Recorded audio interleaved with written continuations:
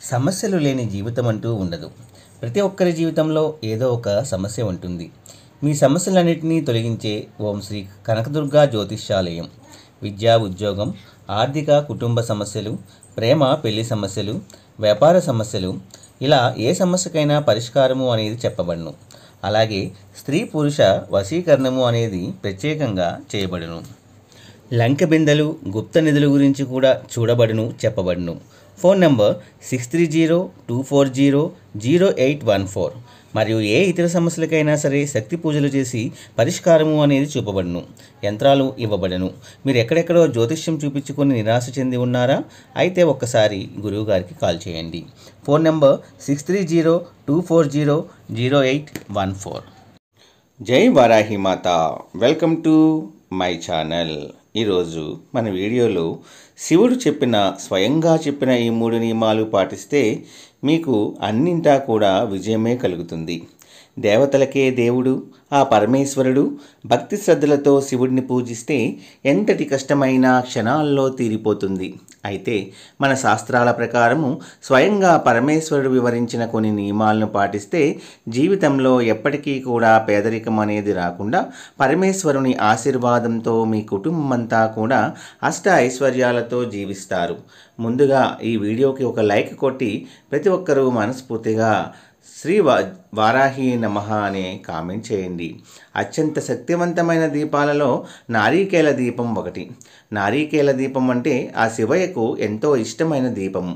కొబ్బరి చిప్పలో ఆవు నెయ్యి పోసి శివుని పటం ముందు దీపం వెలిగిస్తే అఖండ కుబేరు రాజయోగం కలుగుతుంది. మన పురాణాల ప్రకారం సాయంత్రం సూర్యుడు అస్తమించిన తర్వాత శివపార్వతులు భూమిపై సంచరిస్తూ ఉంటారు. కాబట్టి శివపార్వతుల అనుగ్రహాన్ని త్వరగా పొందాలనుకునేవారు ప్రతి సోమవారం సాయంత్రం సమయంలో పూజ గదిలో ఒక దీపం వెలిగించండి. పరమేశ్వరుని అనుగ్రహం సులభంగా లభిస్తుంది. అత్యంత శక్తివంతమైన మంత్రాలలో శివ పంచాక్షరి మంత్రము ఒకటి.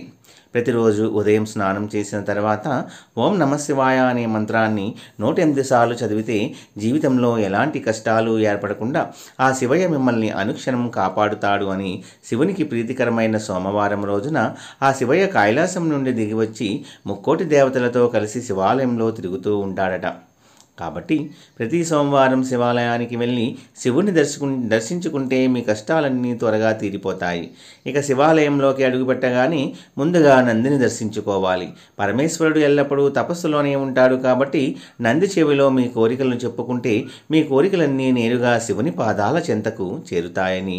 అయితే నంది చెవిలో మీ కోరికలను చెప్పేటప్పుడు మీ కుడి చేత్తో నంది చెవిని మూసి మీ పేరు, మీ కుటుంబ సభ్యుల పేర్లు, మీ గోత్రం పేరు, అలాగే మీ కోరికలను చెప్పి నంది దగ్గర ఒక పుష్పాన్ని సమర్పించాలి. ఇలా చేస్తే కోరిన కోరికలన్నీ తప్పక నెరవేరుతాయి. శివునికి అత్యంత ప్రీతికరమైన వాటిలో విభూది ఒకటి.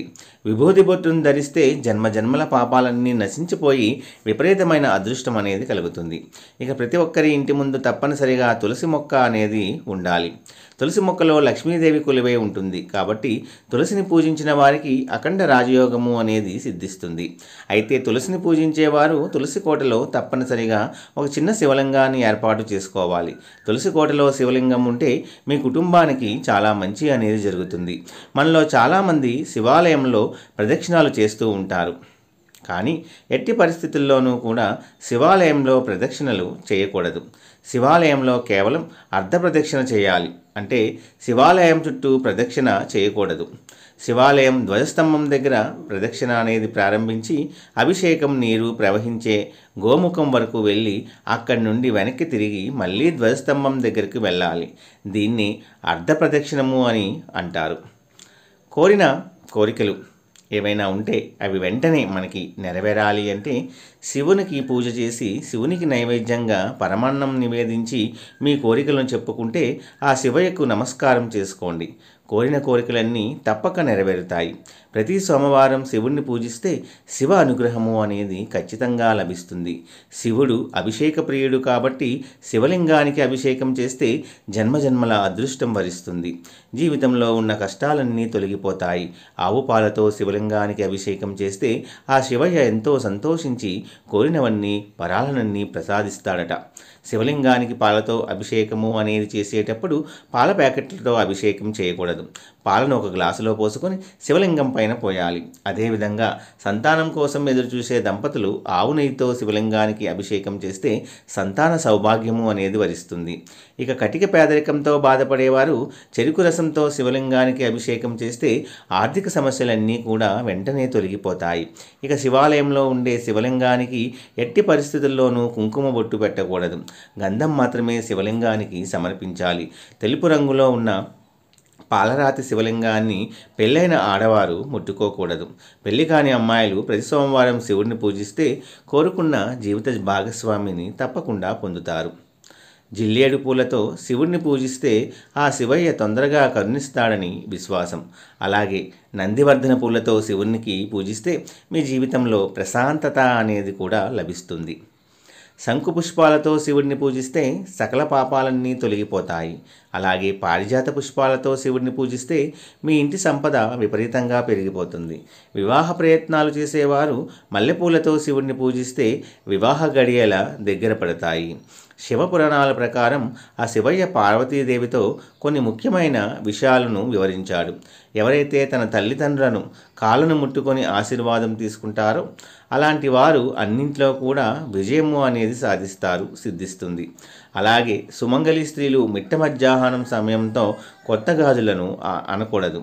ఆడవారు కొత్త గాజులు కొనాలి అంటే శుక్రవారం కానీ ఆదివారం కానీ కొనుక్కోవాలి. అయితే పొరపాటున కూడా మంగళవారం మరియు శనివారం రోజున కొత్త గాజులను కొనకూడదు. దీనివల్ల మీ భర్త ఆయుష్ అనేది తగ్గిపోతుంది. మన హిందూ ధర్మశాస్త్రాలలో దీపారాధనకు చాలా విశిష్టత అనేది ఉంది. దీపం వెలిగించే ప్రదేశంలో మహాలక్ష్మీదేవి స్థిర నివాసం ఉంటుంది. దీపం కుంది కిందే బ్రహ్మ, మధ్య భాగంలో విష్ణుమూర్తి, ప్రమిదిలో శివుడు ఉంటారని లక్ష్మీదేవి అని, విశ్వలింగం లక్ష్మీదేవి అని పురాణంలో చెప్పబడింది. కాబట్టి పూజ గదిలో వెలిగించే దీపానికి తప్పనిసరిగా కుంకుమ బొట్లు పెట్టి దీపానికి నమస్కారం చేసుకోవాలి. అప్పుడు మాత్రమే దేవతల ఆశీర్వాదం సంపూర్ణంగా లభిస్తుంది. పూజ గదిలో శివలింగం ఉండకూడదని మనలో చాలామంది భ్రమపడుతూ ఉంటారు.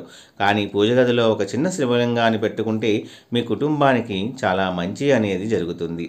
ఇక ప్రతి సోమవారం రోజున ఎవరైతే ఉపవాసం ఉంటారో అలాంటి వారికి కోటి జన్మల పుణ్యఫలితము అనేది లభిస్తుంది. జీవితంలో డబ్బు కొరత ఏర్పడకుండా ఆ శివయ్య ఎల్లవేళలా మీ ఇంటిని రక్షిస్తాడు. మీ కలలో పరమశివుడు కనిపిస్తే మీకు మంచి రోజులు రాబోతున్నాయని అర్థం. కాబట్టి మీ కలలో శివయ్య కనిపిస్తే వెంటనే ఏదైనా శివాలయానికి వెళ్ళి శివలింగానికి అభిషేకము అనేది చేయండి. ఈ వీడియో కూడా మీ అందరికీ నచ్చింది అనుకుంటున్నాను ఫ్రెండ్స్. నచ్చితే ఒక చిన్న లైక్ ఇచ్చి సపోర్ట్ చేయండి. అలాగే 10 మంది మిత్రులకు కూడా షేర్ చేయండి.